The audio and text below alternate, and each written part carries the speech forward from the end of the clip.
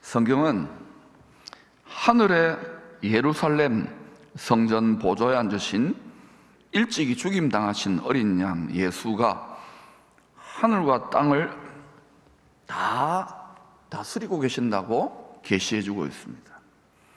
이것을 천국 복음이라 그래요. 예수 통치의 복음이라 그래요. 이 통치를 우리가 온전히 받아낼 수 있으면 우리 마음은 늘 평안합니다. 이 통치에 굴복하지 않으면 죽을 듯 할 거예요. 또한 이 예수 통치는 믿고 순종하는 성도들 마음 성전의 보좌에 앉아서 주님이 다스리고 계신다고 합니다.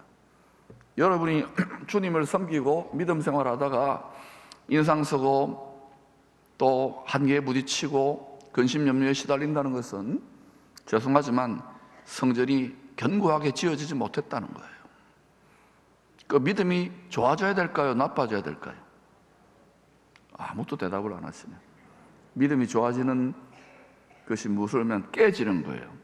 육적인 자아가 깨어지고 영적인 자아, 말씀의 자아로 세워져야 되기 때문에 반드시 깨어져야 돼요. 와장창 중창 주장창창 깨어지시기를 축원합니다. 그러면 다시 재건되어져요. 지금 우리 자신의 마음 성전을 재건하는 중이라고요. 안 깨어지려고 하고 또 주님도 저도 깨뜨리려고 하고 피차가 힘든 거예요. 주님의 뜻에 순종하십시다.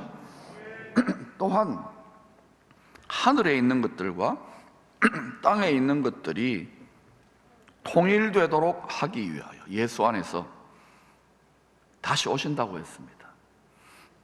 다시 오셔서 약속의 땅 예루살렘 성전의 보좌에 앉아 다스리게 될 것을 반복 예언하셨습니다.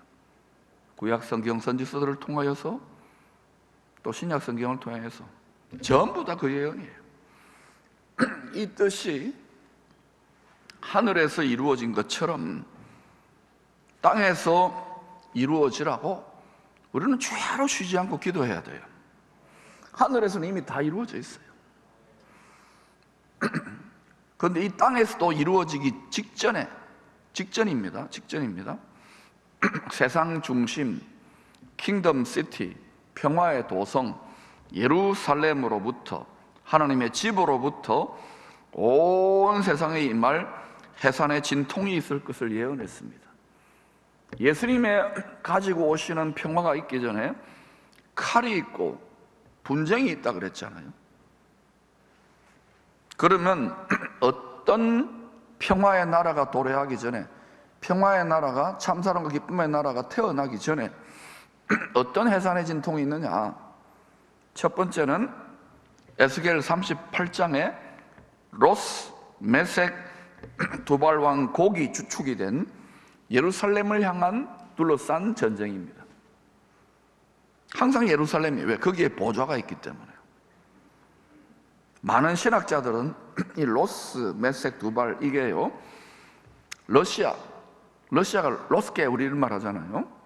고대 지명들 연구해 보니까 러시아와 연합한 이슬람 국가들이 아닐까 그렇게 생각합니다. 거의 대부분의 신학자들, 저도 그렇게 동의합니다. 두 번째는 바이든과 푸틴 대통령도 가끔씩 언급하는 요한계시록 16장에 이스라엘, 특별히 예루살렘을 둘러싼 아마겟돈 전쟁입니다. 이 전쟁이 있을 때는 이스라엘과 그 이슬람 사이에 유브라데 강이 있잖아요. 이게 강이 바닥이 쫙 마르면서 이렇게 넘어오기가 용이해진다 그래요. 이런 일이 일어날지 모르겠습니다. 세 번째는 요한계시록 20장에 사탄의 미혹을 받은 곡과 마곡을 주축으로 땅의 사방 백성들이 일으키게 될 최후 심판으로서의 전쟁입니다. 전쟁은 누가 일으킬까? 그 배후 세력은 이간질의 명수, 원수 만드는 데의 명수인 그놈이에요. 사람이 아니라고 했습니다. 다 이 정도 사람 싸움은 다 합니다. 군비를 엄청나게 확충하자 핵무기를 개발하고. 그러나 성도는 이 배후 세력, 귀신 잡는 해병대가 되어야 될 줄은 믿습니다. 그것이 이 대한민국을 지키고 여러분 가정과 이 도시와 교회를 지키는 것입니다. 영적 전쟁을 안 하려고 그래요. 해야 됩니다. 성경은 전쟁에 능하신 하나님께서 거룩한 이름을 두시려고 정한 처소 예루살렘을 이 세 번의 전쟁에서도 누구도 무너뜨릴 수 없다고 밝히 예언했습니다. 하나님은 자신의 뜻을 이루시기 위하여 전능하신 능력을 쏟아붓기 때문에 그래요. 그런데도 이 전능하신 하나님의 말씀을 우습게 여기고 달라붙을 겁니다. 많은 사람들, 많은 백성들이 권세의 명령에 따라 움직이니까 성경을 하나님의 말씀으로 믿고, 예수 믿는 것은 성경 믿는 것입니다. 하나님 말씀으로 믿고, 성경의 핵심은 예수가 메시아란 말이에요. 믿고 읽어야죠. 외우고 묵상하고 연구하면 할수록 처음에는 잘 모르니까 덮어놓고 외우고 읽으세요. 무슨 말인지 하나도 모르잖아요. 잠자고 그래야 됩니다. 베개 삼아서. 저도 많이 그랬어요. 근데 읽고 믿고 연구하고 순종하려고 깨져가면서 점점 눈이 열리고 계시가 열리는 거예요. 할렐루야. 오늘 본문은 주님이 명하신 복음의 사명을 감당하기 위하여 우리들이 어떤 시대를 살고 있는지에 대한 예언의 말씀을 포함하고 있습니다. 특별히 15절 같이 읽어볼까요? 시작. 그러므로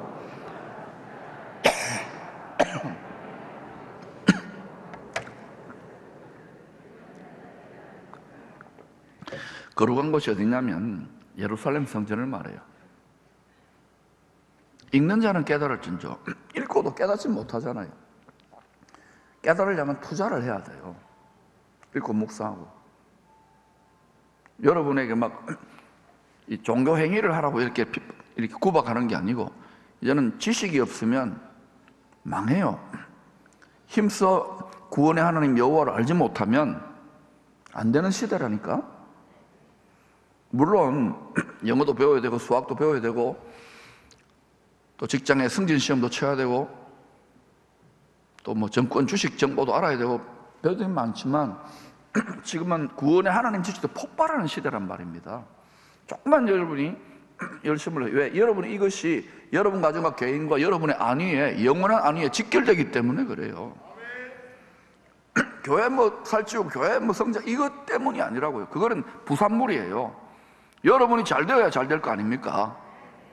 그거 돕는 거예요. 지금 약 2500년 전에 다니엘이 받은 말씀인 다니엘서 9장 25절 이하에는 이스라엘 남은 자들의 구원에 대한 70일의 예언이 나옵니다. 69일에는 다 썼어요. 이제 앞으로 하나가 다가오는데 마지막 한 일에 7년이에요. 이 7년의 때에, 마지막 한 일의 때에 성전이 다시 건축되고 7년 중에, 그 마지막 7년 중에 후 3년 반이니까 후 3년 반의 때에 포악하고, 잘 들어, 포악합니다. 가정한 것이 가정합니다. 근데 그렇게 안 보일 거예요. 세련되고 멋지고 아름답게 보일 겁니다. 포악하고 가정한 것이 그룹들은요 보좌의 영광, 왕을 호위하는 지밀 레시와 같아요. 이 날개를 그룹들, 우리 법계 보면 이렇게 되어 있잖아요.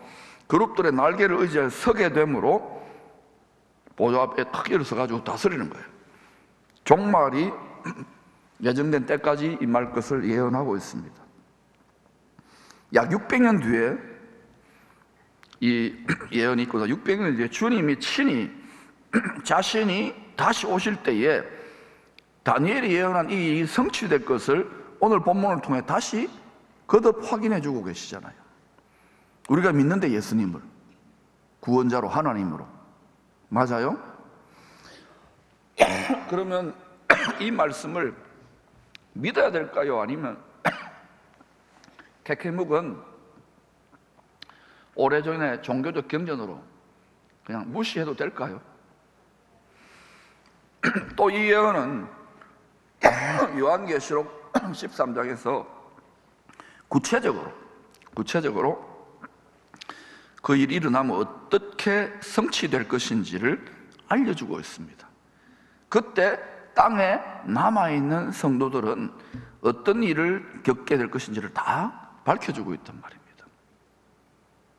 적어도 제가 읽고 연구하고 묵상한, 여기에 대해서 신학적인 해석에 대한 여러 관점의 차이가 있지만 다 뭐 같은 맥락이지만, 지혜로운 다섯 처녀처럼 신앙생활 게을리 하지 마시기를 바랍니다. 주님이 기뻐하는 일을 골라서 하시기 바랍니다. 분명히 말씀드립니다. 라오디게아 성도들처럼 미지근하고 나는 부족함이 없다 그러고 세련되고 멋져 보이지만 주님의 눈에는 토하여 내치고 싶다, 그리스도의 몸에서 내쫓고 싶다는 말이에요. 주님의 예언대로 제2성전이 주 70년 로마에 무너진 후에 약 1900년이 지났습니다. 하나님 말씀의 불순종에 대한 징벌로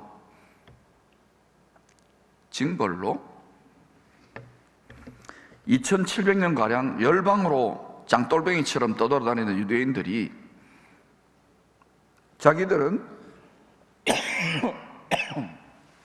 다르게 해석하지만 구약 성경에 분명히 하나님과의 언약의 말씀대로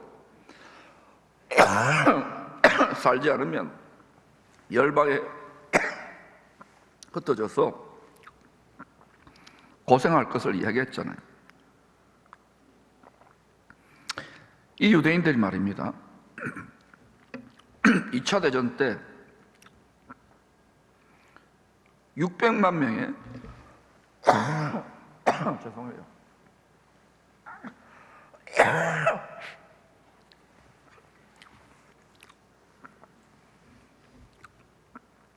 홀로코스트 희생에 대한 국제적 동정 여론으로 인하여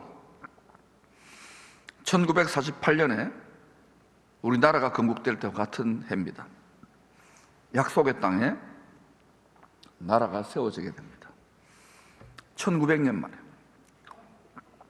기적 아닙니까? 이런 때가 이런 사례가 없잖아요.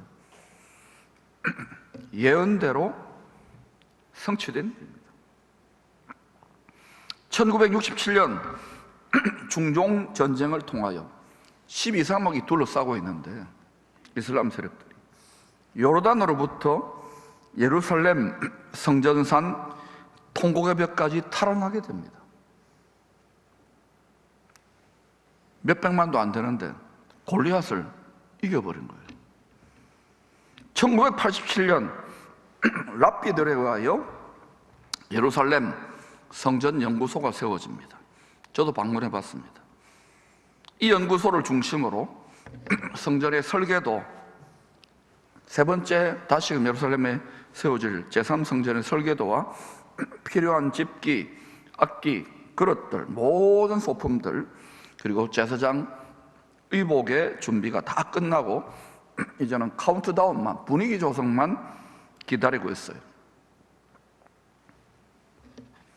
그리고 1917년 우리 잘 아는, 지금은 이제 아니지만 미국의 트럼프 대통령이 이 중동권이 반발할 걸 뻔히 아는데도 이스라엘 예루살렘 공식 수도로 인정해주고 대사관을 옮겨버리잖아요. 여기에 더해서요, 18해 전입니다. 2004년 10월 과거에 예수님을 거짓 메시아라고 정죄하여 죽이기로 결의했던 산헤드린 공의회가 약 2000년 만에 공식적으로 부활하여 정기 모임을 가지고 있습니다.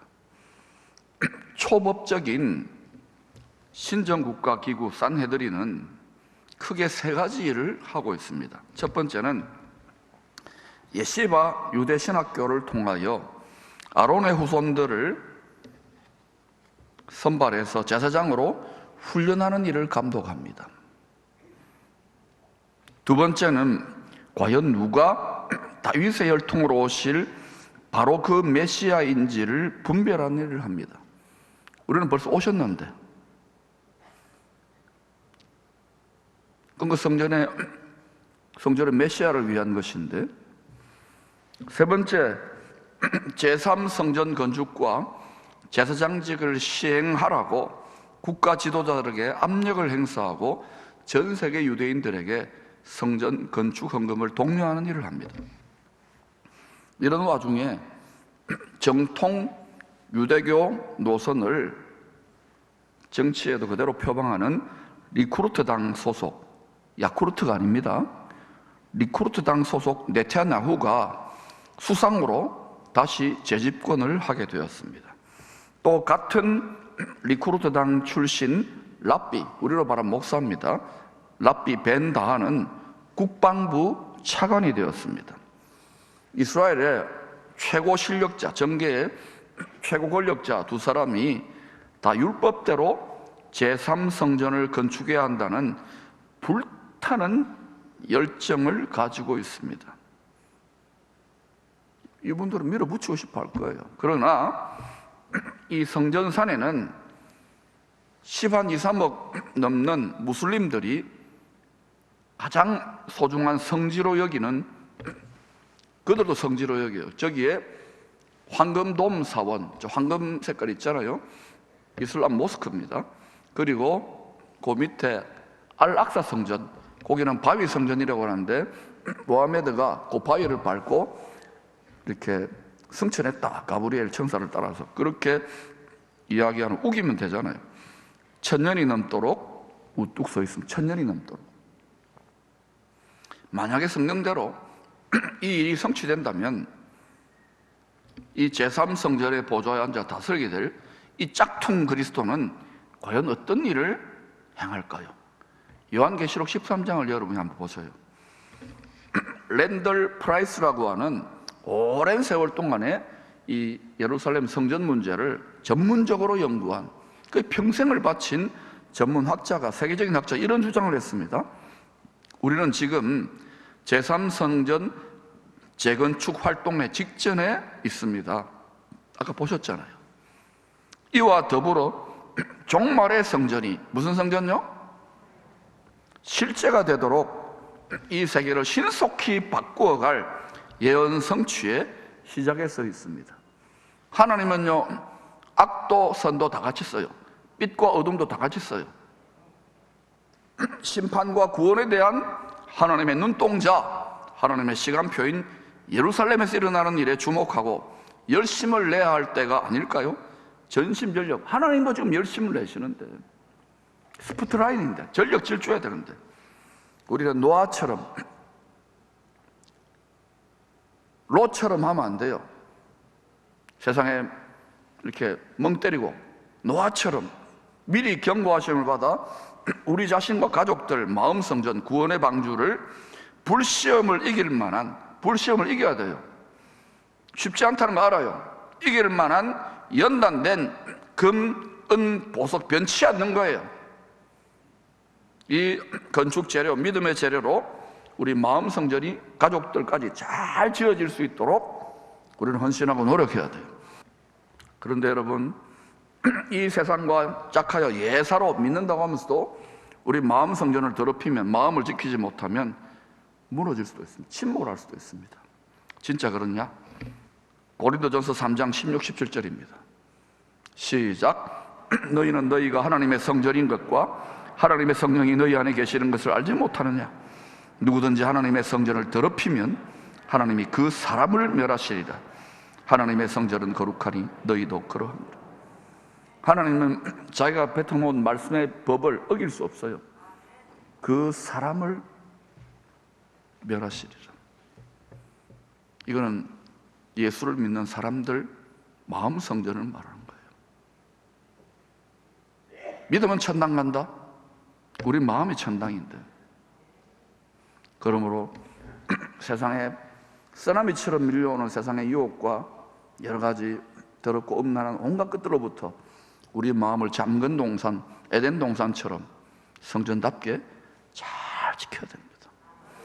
그리고 자녀들에게 경건의 본을 보이고 힘들고 어려운 중에도 여러분 말씀으로 승리하는 담대함과 평강과 기쁨을 지켜내는 모습을 보여주십시오.